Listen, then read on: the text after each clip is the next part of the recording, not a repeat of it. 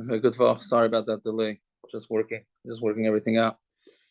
Um, okay, as previous years, the format is okay. So videos are off, audio is off. If anybody has any questions, just post it in the chat section of I think it goes under chat, right? Does it go in yeah, under chat. You can just post. You can just post any questions you want. Yeah. Okay. So I apologize. I know people have asked to do it in person, but I don't know. I don't find it proper to do these in person. And now that people are so used to watching clips and videos, it's a little bit easier for people to get adjusted to hearing things on Zoom.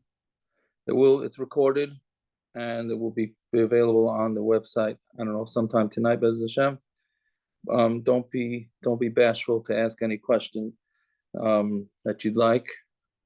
No, there's no such thing as a bad question, and hopefully we'll try and learn a little bit of the halachas. We're learning Lila Nishmas. First, Mordechai Chana ben Reb Chaim Yitzchak Zev Mejerovic nifter 5 weeks ago. Again, he didn't need anybody who knew him. He doesn't need an aliyah for the neshama. But we're going to learn anyways, because that's what we do. We learn as a schus. And then, of course, Yehuda Shimon, Zechron Baruch ben Yeshua Yosef Moshe, also a good friend of ours, of many of our son. And then Aryalev, of course, Aryalev, Zechron Baruch ben Yeshua Adam Zalman. Their neshamas don't need an aliyah, but they should have an aliyah. And we should only hear B'sudas Tovos. Of course, we should also have in mind the situation in Eretz Yisrael, the soldiers, those that are displaced. Actually, on my Zoom Daf Yomi at the end, we all say a Perek Tehillim with Achenu. I would like to do that also for those that are still on. At the end, I think we can just say a Perek Tehillim. I'll read it out loud, but it would be nice if everybody read along. And then we could say Achenu. It works for this. It certainly works over Zoom. Figure will go about 40 minutes, give or take. Of course, if you need to log off, I will not be offended. You can always get it on the video later. Okay, so the reason why Hafrashas Challa was chosen is because many people have chosen to bake challah as a schus for whatever it is that anybody that needs a schus, etc., has become very popular to bake challah, have challah bakes, etc., etc. There's a lot of technical halacha that goes into separating challah, and it's worth our while for a couple of weeks to Be'ez Hashem try and just get a little clarity on what we're trying to do with challah. What are the schusim involved? Where does it come from? What's the source that there's tefillas involved, and what's the source of the mitzvah, and what the proper way is to do it. Okay, so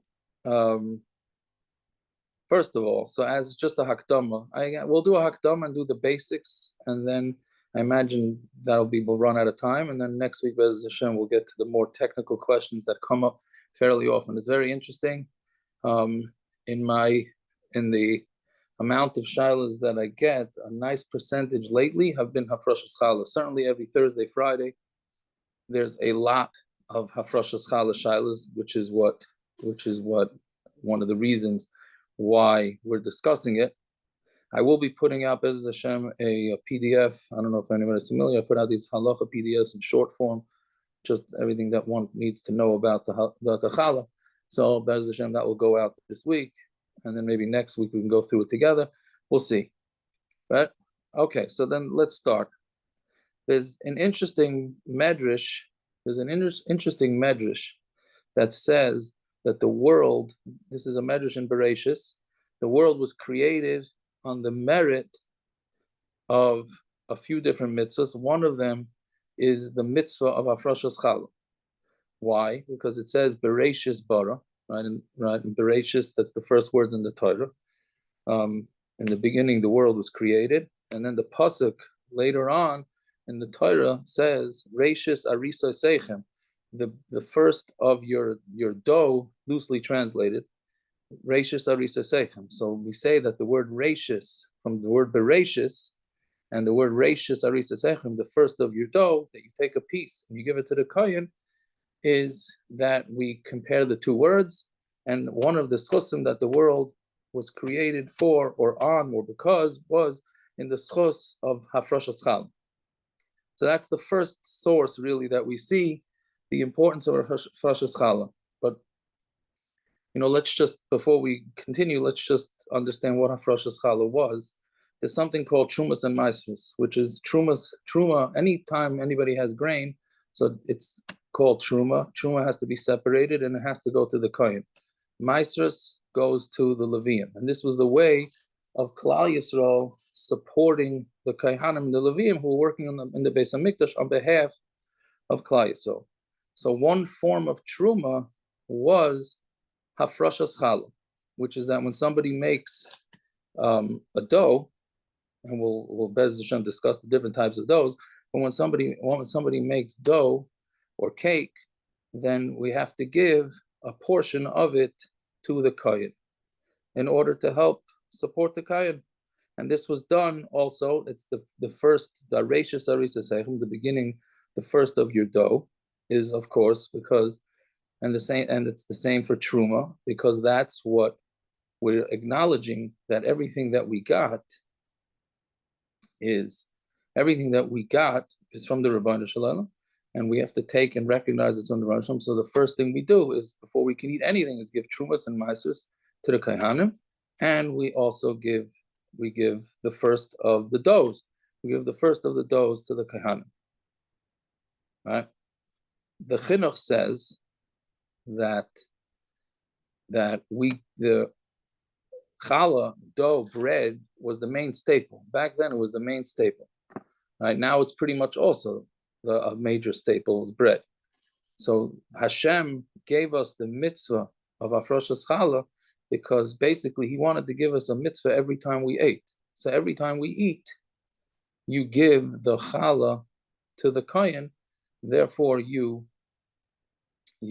have a schus, you have a mitzvah every time you eat. And therefore, they didn't have preservatives back then. They didn't have freezers, so they had to make challah all the time. So every time they made challah, they had to take off challah, and they gave it to the kohanim. So there was a mitzvah involved every time they ate. Now, challah together with hadlakas neiros is a mitzvah that's really they're both mitzvahs on men and women, but Hafrashas Challa was given exclusively to women for many reasons, but the main reason is because the women are running the house. So therefore, the hadlakas neiros on Friday night was given to them to light the candles in the house, and the challah, they're the ones cooking, baking. So therefore, the mitzvah is exclusive to them. So where does this, that there's an inyanim for davening for when you do Hafrashas Challa, where does that come from? So the Haggayas Maimonides, which is a Rishon, he says, okay, so there's a couple of questions before we go further. Yes, a Kohen and Levi made challah, they also had to separate. And they could give it to themselves or they can give it to others. But yes, they had to separate it also. And the Kohen collected it, he went and brought it to the Kohen. Actually, you remind me that Trumas and Maasros, when they were given to the Kohen, was raw. It was in the raw form. Mostly was wheat and fruit. You could eat fruit plain, but usually when it was grains, then the Kohen had to work on the grain. Challah was like instant, ready to eat, right? So meaning when you brought it to the Kohen, then it could have been baked or it could have been ready to be baked, etc., etc. It was very easy for the Kohanim. So there's something more to giving challah than just giving trumas and maasros. Now the Haggayas Maimonides, who was a Rishon, says that Chana, who we know, a lot of Hilchas Tefillah, most of the halachas of davening we learn from Chana, right? Who Chana was davening for a child, and Chana stands for Chala, Nida, and Hadlakas Ner. That's what Chana's Ches is Chala, Nun is Nida, and Hey is Hadlakas Ner. And in that schus of those three mitzvahs is why she was granted a child, right? So because of that, there's a schus in davening for whatever it is that you need to daven for when you separate challah. There's also a medrash that says in the perek in Tilim that represents Esther Amalka is perek Chav Beis, as I'm sure many know, perek Chav Beis. That's referring to Esther, and there it says Keli Keli Lama Avzaftani, and then a few psukim later it says Elokai. So there's 3 times that she mentions Hashem. So what Esther had said to the Rebbeinu Shalom, she said, I kept Nida, and I kept Hadlakas Neres, and I kept Chala. And in that schus, I should be answered. So that's what the Medrash says about Esther. So those are the 2 basic sources that you're supposed to use, these mitzvahs, of which Chala is a major part of it, as a form of tefillah to the Rebbeinu Shalom. So, and it should be that all the tefillahs, women have a special koyach tefillah, and all those tefillahs that women say should, Be'ez Hashem, be answered and be mekuyim. That is the background to where Hafrashas Challa is coming from, and where the schusim of tefillah come from with Hafrashas Challa. That being said, okay, so there's a couple more questions. Were there kahanim in every town? I'm assuming there were kahanim in every town, but we're going to get back to that in a minute. And men, of course, men have the mitzvah of challah. If you really want to get technical, if it's the man's household and it's his challah, then really the mitzvah would be required on him. But we gave it, like we said before, it was given over to the women because they run the house. So men are equally chayiv and challah, just the same way men are equally chayiv in lighting candles. But the mitzvah was given specifically to the women. So also Hafrashas Challa is considered the Mishnah says that it's considered a skula for having an easy childbirth, is another thing that's mentioned in the Mishnayos about what Challa is, but so is keeping Taras HaMishpacha and lighting candles properly. Now, one last halacha before we continue, and this may come as a little bit of a surprise, but there is a minig, or there is a minig to bake challah on Friday because of Erev Shabbos and Kavod Shabbos. So there is a big inyan to bake challah on Friday. So nowadays, because we have freezers, so it doesn't necessarily have to be on a Friday. It could also be on a Thursday, or even Wednesday, however it goes. We'll discuss how to separate challah if you're going to be baking some of the challah and freezing other challah. I don't know if we'll get to that tonight, but that's a very common shaila, and how to approach it and what's with the bracha. Be'ez Hashem will discuss that. And how to burn it, when to burn it. Be'ez Hashem will discuss everything. But there is a big inyan, the Mishnah Berurah discusses it at length about making challah on Erev Shabbos, Erev Yom Tif. So it comes out that the interesting thing is that a lot of times you have women that buy challah in the grocery store and they'll bake cakes, right? When really, and again, I'm not trying to make anybody stressful, but really it should be the opposite. The cakes should be bought, and you much rather spend your time baking the challah. Of course, if you're baking a cake, that's enough cake that's going to require challah, so then that's fine. But if you're not going to, and there's a priority of what to bake or cook on a Friday or a Thursday, then challah should have the priority. Meaning what we do is, as I think, it's the opposite. Again, it's not as important nowadays to bake your own challah because we have bakeries and the bakeries make good challah, and it's fresh challah, and it's bought on a Friday, and which they didn't really have that luxury back in the day. But nowadays we do have that luxury, so it's not as important, right? But the bottom line is you could. It's more of a mitzvah to bake challah. So again, if you had a choice, okay, should I buy challah from the store and bake a cake, or buy a cake and bake a challah? Then it would be much better to buy the cake and bake the challah yourself. I would say the same thing if you're going to buy.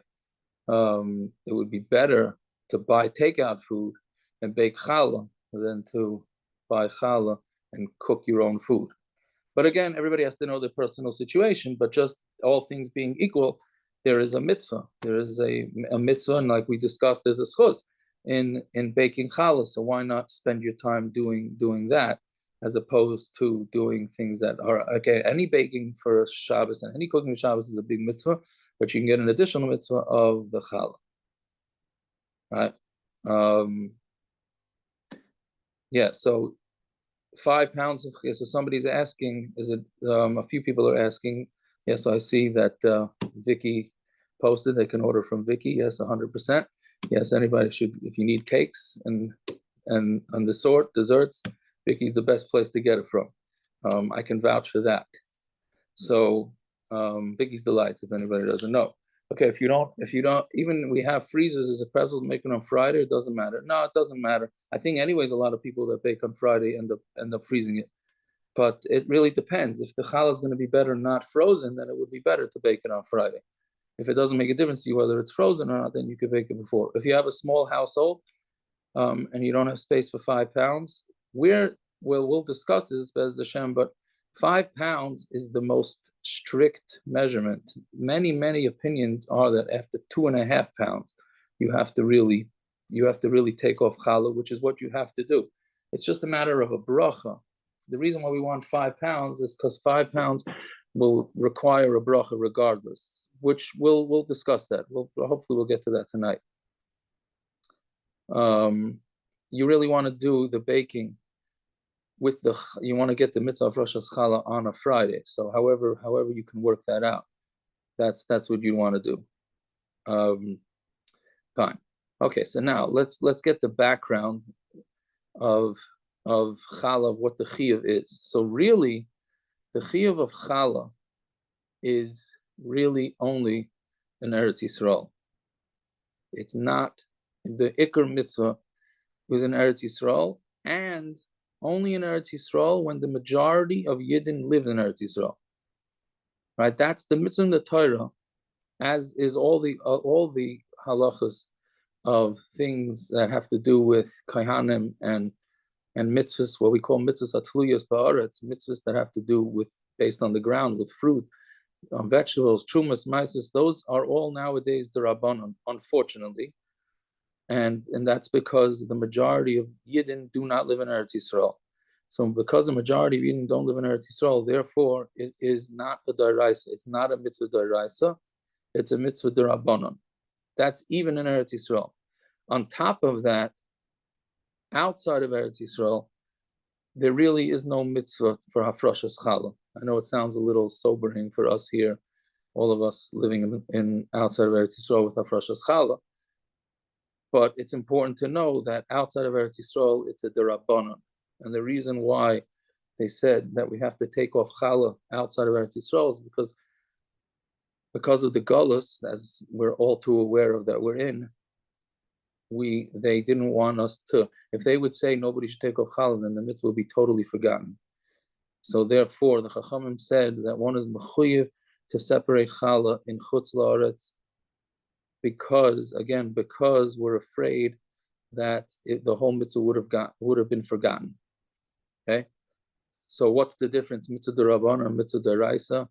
Because there can be different halachic ramifications. If you forgot to take off the challah, or if you remembered on a Friday night, if you didn't take off challah, there's a big difference between whether you're in Eretz Yisrael or you're in chutz la'aretz. Again, just to repeat, in Eretz Yisrael, the mitzvah was to take off challah when the majority of Yidden lived in Eretz Yisrael, which unfortunately is not now. So therefore, even Bizman Hazeh, it's a derabanan to take off challah even in Eretz Yisrael. And outside of Eretz Yisrael, it's really a double derabanan. Number one, there's no chiyuv from the Torah, even in Eretz Yisrael nowadays, and in Chutz La'aretz, it's a double, meaning we're keeping Hafrashas Challa and Chutz La'aretz because the Chachamim did not want the mitzvah to be forgotten. Meaning, if we would in all these years have not separated Chala, then Be'ez Hashem and Mashiach comes, we go back to Eretz Yisrael, they say to us, okay, you got to take off Chala, and nobody's going to have any idea what they're talking about because we never kept the mitzvah. So the Chachamim saw that we're going to be in Chutz La'aretz for many, many thousands of years, so they said we have to keep Chala anyways. You have to keep the mitzvah of Chala. Also, somebody's asking, why do we make a bracha? Because we make brachas on mitzvah d'Rabbanan, right? We make Chanukah's coming up as Hashem. That's the Rabbanan. We make a bracha on the menorah. Well, there's many. We make a bracha on Megillah. We make many, many brachas of the Rabbanan because it's actually a mitzvah from the Torah to keep the Rabbanans, right? I don't want to go down that road. That's a whole different subject.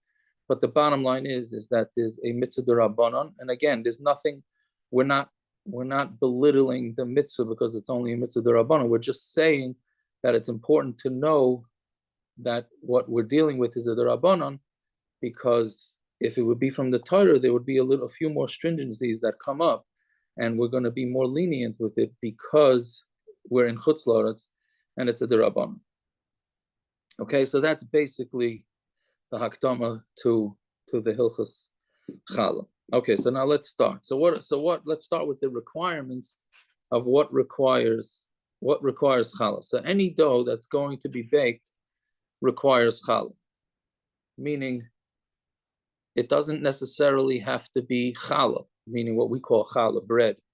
It can be anything that has, the amounts we'll get to, that has dough, and it's going to hit, you're going to make the minimum amount that requires challah. So then you're required to take off the challah. Now, what happens if you're taking dough, and this comes up for Hanukkah, and you're not baking? Let's say you're cooking challah, or more. I don't know exactly what cooking challah would be, but frying challah. Which again, that doesn't mean you're frying challah, but I would say donuts. Let's call it donuts. Let's call it pancakes. If you're making a large amount of donuts, let's just call 5 pounds, because let's just say 5 pounds as an example, but we'll get to the numbers soon. So if you're baking 5 pounds, if you're frying, 5 pounds of donuts,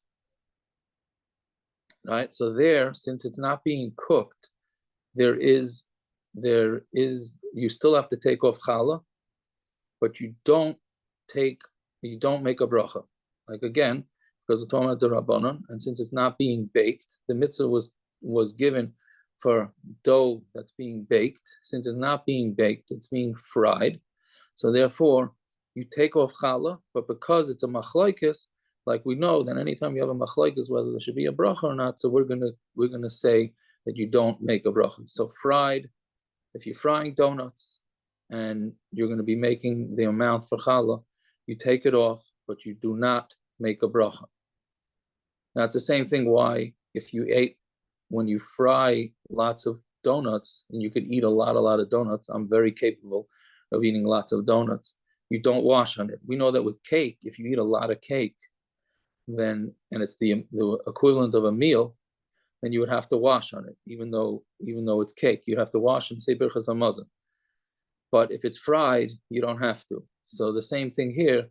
When it's fried, it doesn't require any hafrashas challah with. Well, it's a machlokes whether it does or doesn't. But so therefore we take it off, but we don't make a bracha. Now there's a simple eitzah. If you're going to bake 5 pounds of not bake, I'm sorry, I keep saying bake. If you're going to fry 5 pounds of donuts, so then just take any amount. If you take a small amount, of that dough and you bake it, then you would make a bracha. Okay, so basically, if you know that you're going to make 5 pounds of donuts and you want to make a bracha, so then as you just take off as any small amount and you bake that, and then that would require you to take off challah with a bracha. So again, fried requires hafrashas challa, no bracha. But if you want to be able to make a bracha, so then take off a small amount of challah, bake it, and that would be enough to require a bracha. Okay, so yeah, we'll get to pancakes and a runny batter. We'll get to that soon. 5 pounds, yes, 5 pounds. We're talking about flour and not dough. But again, we'll get back to the amounts in a couple of minutes.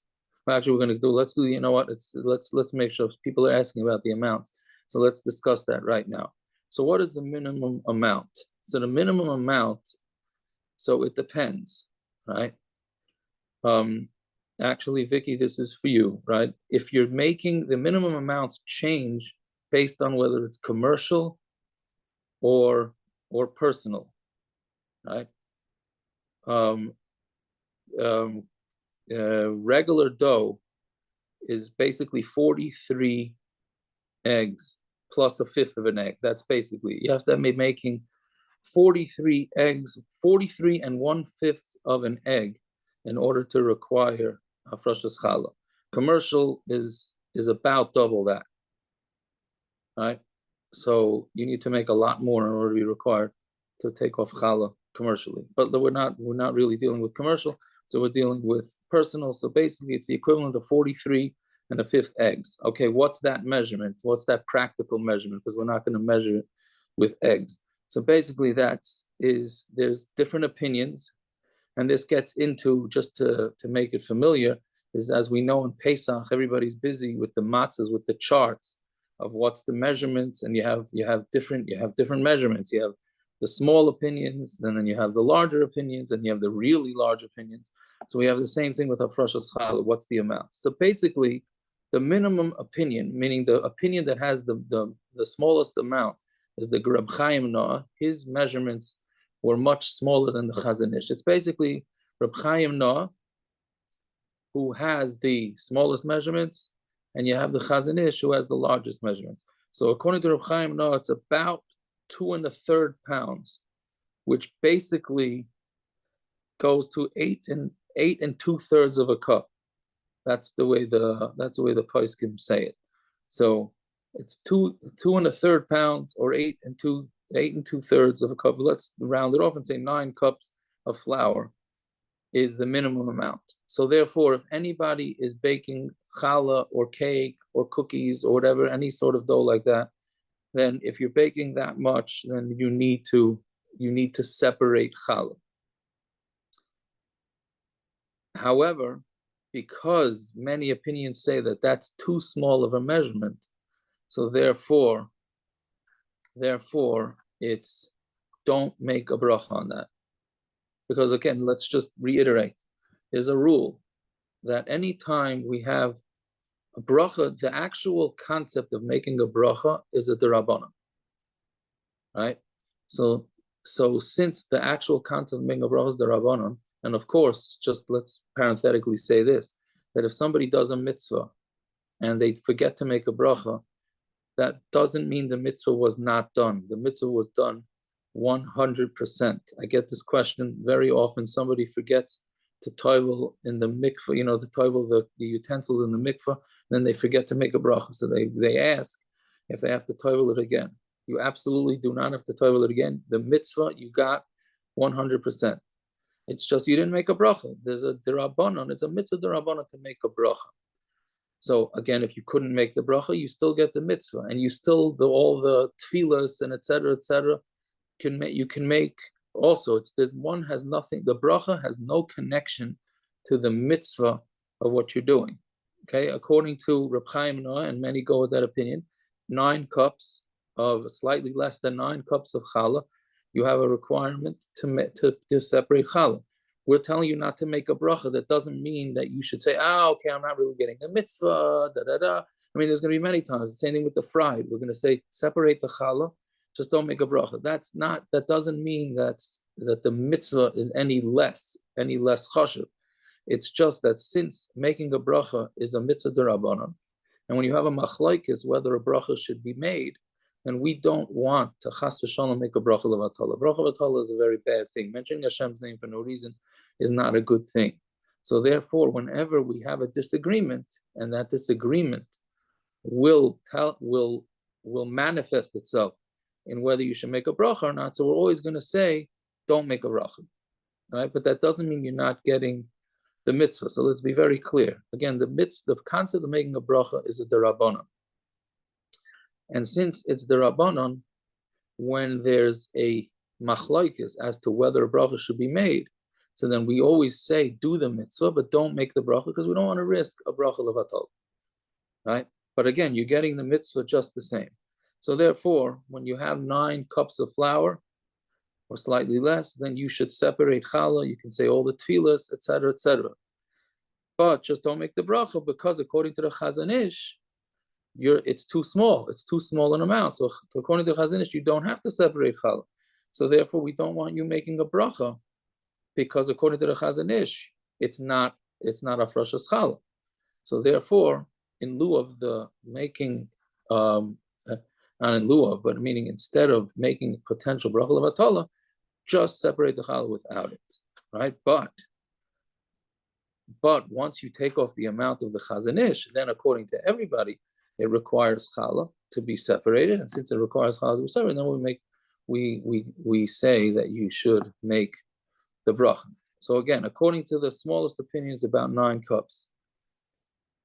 The Chazon Ish is in the area of 5 pounds, really slightly less, but that's 16.5 cups. Basically, 16.5 cups of flour is what you'll have to make a bracha, according to almost everybody. There are opinions that say a little bit more than that, but that's really a minority opinion. So there we don't have to worry about that, and we can make a bracha. There are many that say already 14.5 cups is enough. So if you make 14.5 cups of challah, of flour, then you can already make a bracha. Would be better 16.5 cups, yes, but 14.5 cups for sure.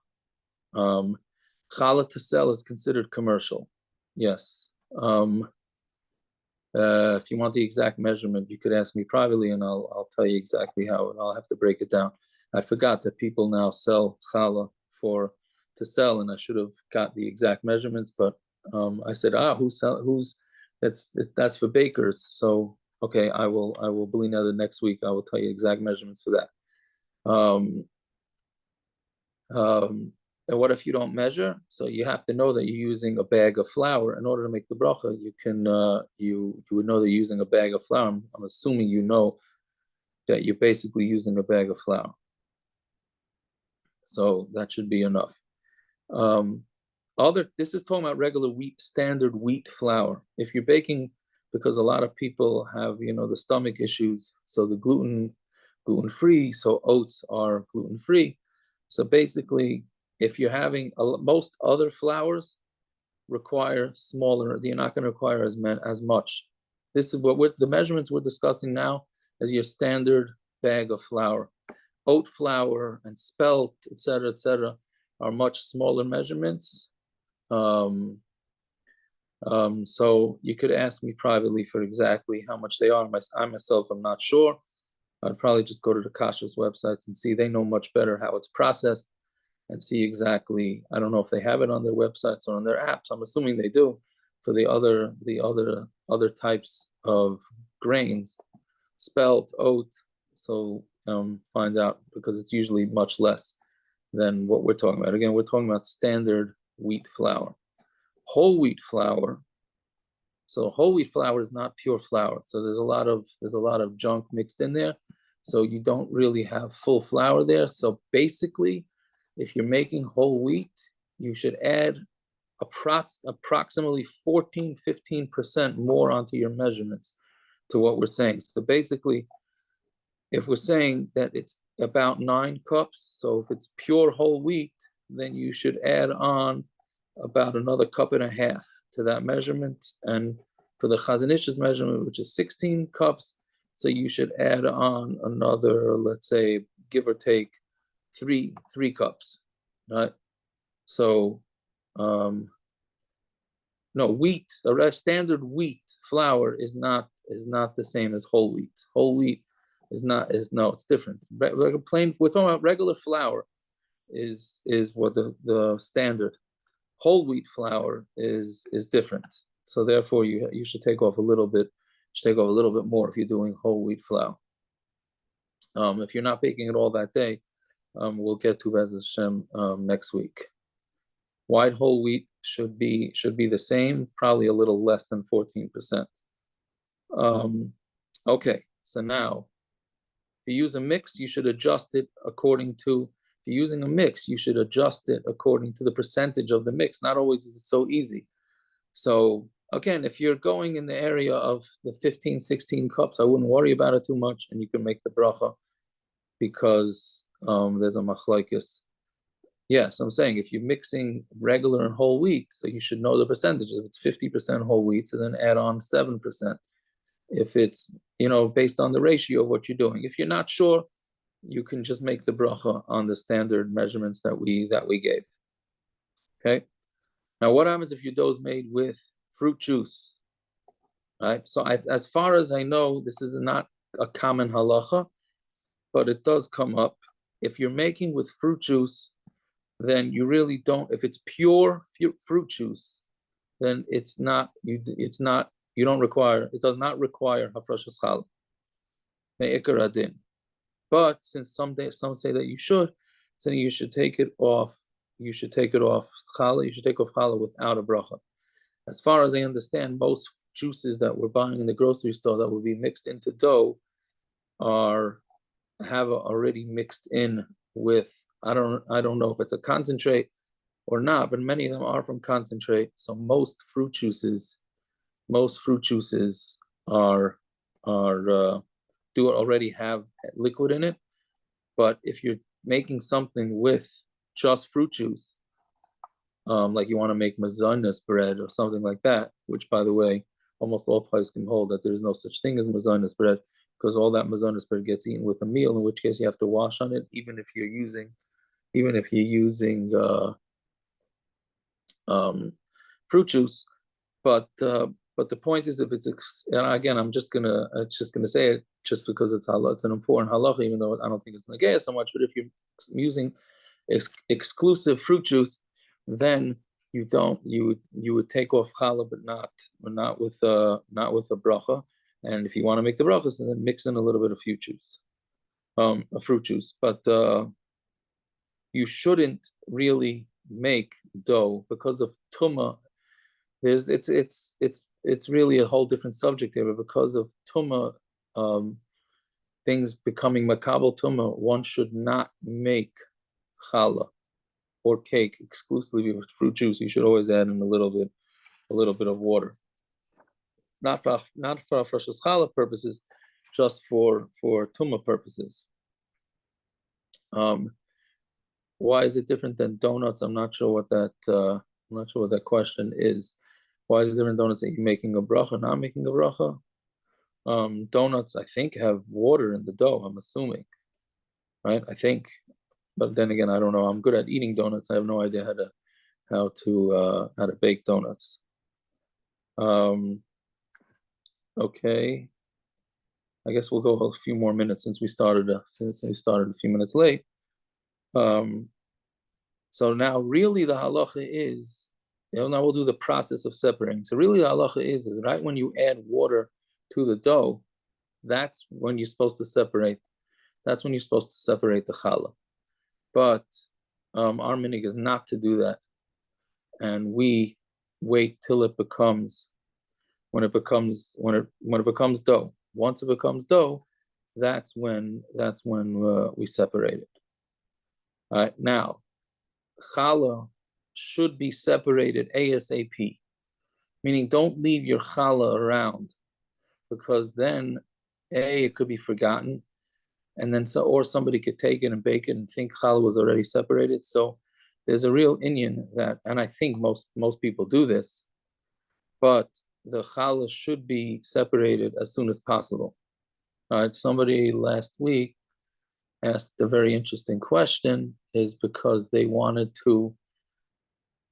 the challah at night and they wanted to wait till the morning till the kids got up to do the Hafrashas Challa together with the kids. I think that was the question, something along those lines. And the question was to put it away and leave it till the morning.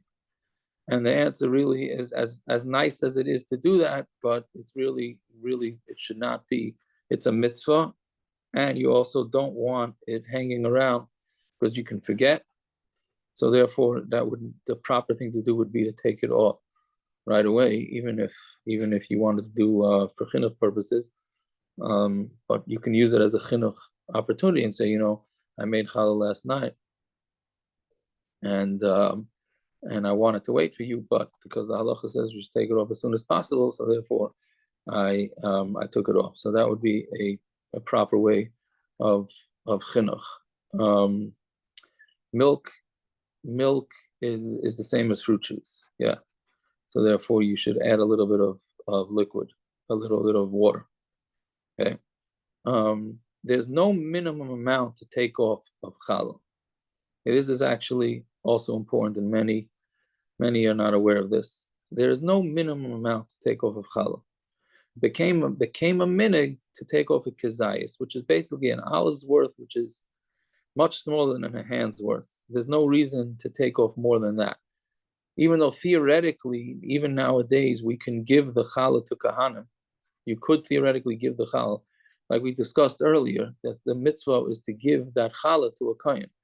So really, theoretically, you could give it to a kohen nowadays, but kohanim are tummy nowadays, so therefore they really can't eat it. So that's why what we do is we preferably burn it, which we'll get back to that. But basically, it's a minimum amount, and if you take off too much, there's nothing wrong with taking off too much. It's not going to be about tashkas, but it could become difficult to burn if you take off too much. Right? So therefore, take it easy on how much you're taking. And once you take it off, you can't put it back. Once it's separated, it's separated. Right? So therefore, you again, it's a kezayis. It's not a egg. It could be. I'm sure there's opinions that say an egg, but it's really kezayis because there's no. You're not going to do anything wrong. You can take off the tiniest drop of challah, and that's enough. The minig became a kezayis. Now, if you're not going to burn the challah, and you're going to just wrap it up and throw it out, which is not preferable. But if you're going to do that, then you should make sure to have less than a kezayis. You don't want to be doing a kezayis because we don't want to be throwing out dough of that type of thing of more than a kezayis. So that's considered a bezayin to the food. So therefore you want to make sure you have less than a kezayis. Okay? Do you separate before or after it rises? It should be done. I would say it should be done before it rises. If you didn't do it before it rises, then do it after it rises. There's also the concept that we don't know who the Kehanim are, but even if we do know who they are, they're still all considered tummy. So it really doesn't make a difference. There's an eitzah given that when you're burning it, because many people ask, so when they're burning it, then how do you burn it? So you could put it into the oven, but you shouldn't put it straight into the oven because it's considered not kosher for us. So since it's considered non-kosher for us, if you put it onto your racks or you put it on your stovetop and the fire turns on, then you are making it treif. So therefore, when you're burning it on the stovetop, put it in a foil. If you're burning it in the stove, in the oven, then also put it into foil. There's an eitzah given that I heard from a friend of mine who actually wrote a sefer on Hafrashas Challa that you should, if you flatten it out, then it will burn. Then it will burn a lot. It will burn a lot better, and about a lot easier. It doesn't have to be double wrapped. One bit of foil is one not bit one layer. One layer of foil is enough to burn it. Okay, so there's some questions here, and I guess we'll end with the questions. If anybody has questions, then please post it now. Again, we'll review next week, Be'ez Hashem, and then finish with all the variables and all the big shilas that come up with Hafrashas Challa. It should be done.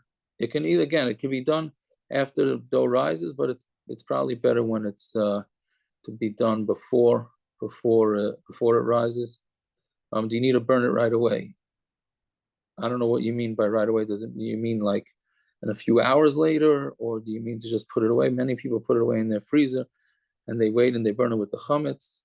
You gotta, if you're gonna put it away to burn later, just make sure it's put in a place where somebody is not going to by mistake bake it or eat it, because that would not be good. Yes, if it's wrapped in foil, it can be burned on the rack. That's the way you're supposed to do it. You do not have to wash negovasser after. We'll see next week. There is a minig to wash negovasser before. A runny batter. It's not, the dough is not tummy. The kahanim are tummy. That's why they can't eat the dough. A runny batter you can't separate. That's an excellent question. We'll discuss that next week. So a runny batter you separate. As far as I know, I don't know if it's so common to make 5 pounds of a runny batter, but even if you're doing 2.5 pounds of a runny batter, then you should separate it after it's baked. After it's baked, you take off a piece and you separate challah that way. It doesn't have to be covered in the oven. It doesn't have to be covered in the oven. You just have to put it on foil in the oven on a foil. It does not have to be covered. It will not make your oven treif. That has to do with the halachas of kashrus of an oven. There were some suggestions about doing halachas kashrus. If that's what we do, we'll discuss that more in depth at a later time. But in an oven, you can cook it open in an oven. Just make sure it's on foil. However, don't bake it at the same time as you're baking your challahs. That's not preferable. So the davening and the bracha should be done right before or right after you take off. You separate that clump of challah. It's right before then. That's when you should daven. Now, once you're bringing it up, the davening, make sure that you either daven before you make the bracha or after you separate it. Don't make the bracha and then daven and then separate. That would not be a good idea. You can't, because that would be, it's a hefsek between the bracha and the separation. So you can either daven before making the bracha or after the separation. Do not daven after making the bracha before you take off the challah. That would be a hefsek, so don't do that. How burnt does it have to be? Again, we're going to discuss a lot of this next week, Be'ez Hashem. How burnt does it have to be? It has to be burnt enough that it's not edible. It doesn't have to be crazy burnt. Yes, it can be placed on top of foil. It does not have to be fully wrapped in the foil. The bracha is made right before I would say that you would take your hand and put it on the challah and then make the bracha and then pull it off. Or keep your hands right near the challah and then make the bracha and take it off. The bracha again is made before you separate the challah. Okay, yes, it should not be baked together with anything else in the oven if you can do that. If it's wrapped in foil, then you can bake it at the same time. You can burn it the next day. However, just make sure wherever it is that you're putting it, it's not in some place that it's going to get mixed in to other food. Okay. So that touching the challah with a hand and using a glove is not because it's tameh. There's another reason, and that's because you might have, some say that you might have dough on your hand, and maybe it's not going to get stuck in the nails or whatever, and then it may not get separated together with the rest of the dough. We'll discuss that Bez Hashem next week. Yes, if it's fully wrapped, it can be baked. It can be baked together. Yeah, if you're burning on a barbecue grill, yes, burning on a barbecue is no problem. Just make sure you put it on some foil. Yes, if you have dough on your hand that's left over, just have in mind that's going to be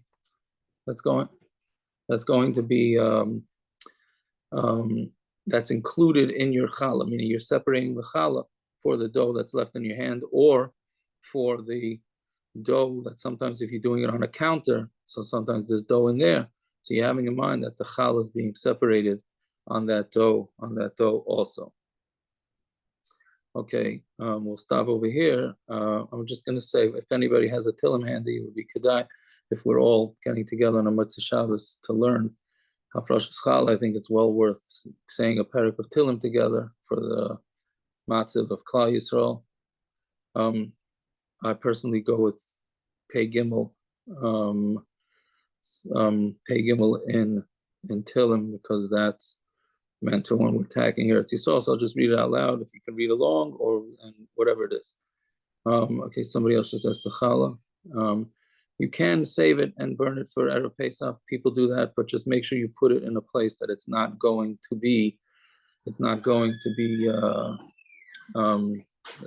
used by anybody.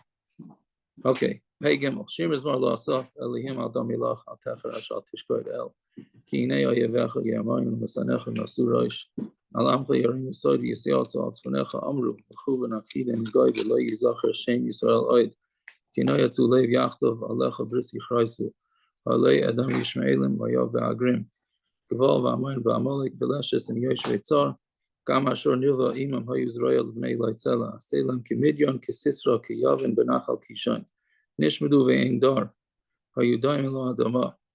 Shisema nidivema ka'ira b'chizev, b'chizev achuchitzalmuna kol nesichema, asher amaru, nir shalanu eis nois alihim.